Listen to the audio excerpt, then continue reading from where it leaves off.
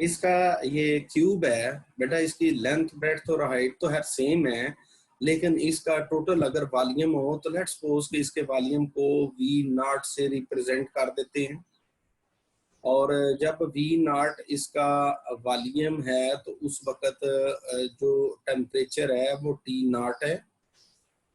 अगर हम इसका टेम्परेचर, चले टी नॉट को वैसे एग्जांपल दे लेते हैं 50 केल्विन है, बाद में बेटा हम टेम्परेचर इसका 50 की बजाय 55 केल्विन कर देते हैं, तो जाहिर बात है कि टेम्परेचर इंक्रीज करने से वॉल्यूम भी इंक्रीज हो जाएगा और वॉल्यूम को फिर हम वी कह देंगे। टेम्परेचर बढ़ने से क्या होगा कि इस बेटा इसकी लेंथ इस तरफ को भी बढ़ जाएगी, बेटा इस तरफ को भी इसके एज लेंथ बढ़ जाएगी, और इस तरफ भी इसकी लेंथ जो है ना वो ये नीचे बढ़ जाएगी।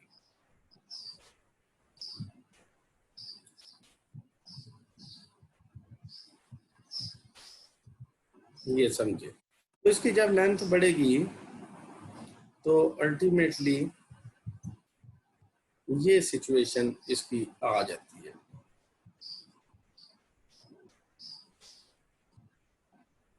यानी हर तरफ से ही इसका बेटा इंक्रीज आपको नजर आती है।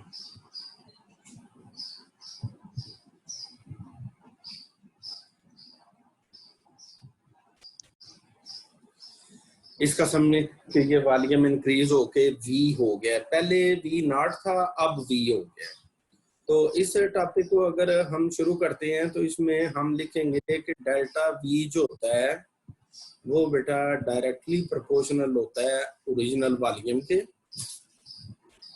फिर delta V is directly proportional to beta delta T के भी होता है, ठीक है जी।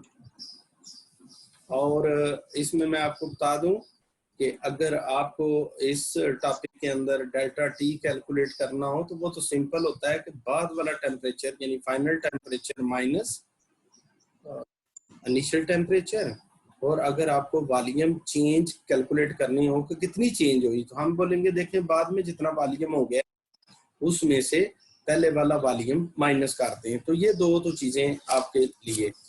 अब अगर मैं इनको कंबाइन कर लूं बेटा, डेल्टा वी प्रोपोर्शनल टू किसके हो जाएगा, वी नॉट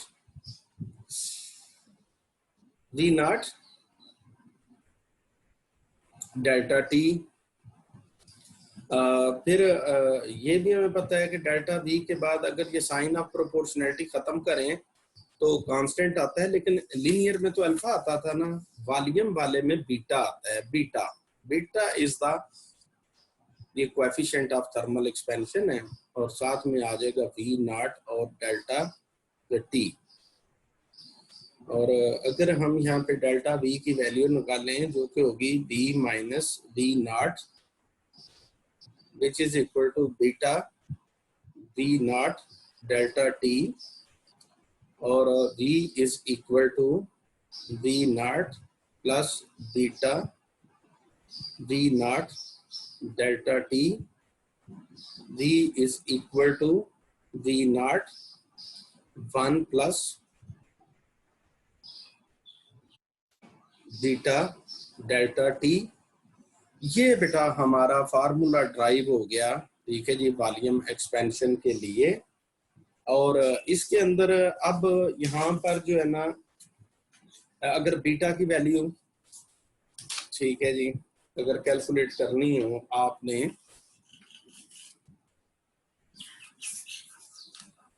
तो बीटा की वैल्यू कैलकुलेट करनी हो तो आप इस फार्मूले से करेंगे। मैं उसको जरा कलर कर देता हूँ।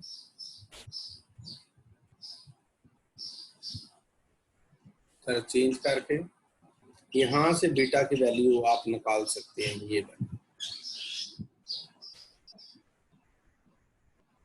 बीटा किसके इक्वल हो जाएगा, delta V over V not delta T, और इसको हम डिफाइन करेंगे बीटा जो है, beta is fractional increase in volume per Kelvin change in temperature, per Kelvin change in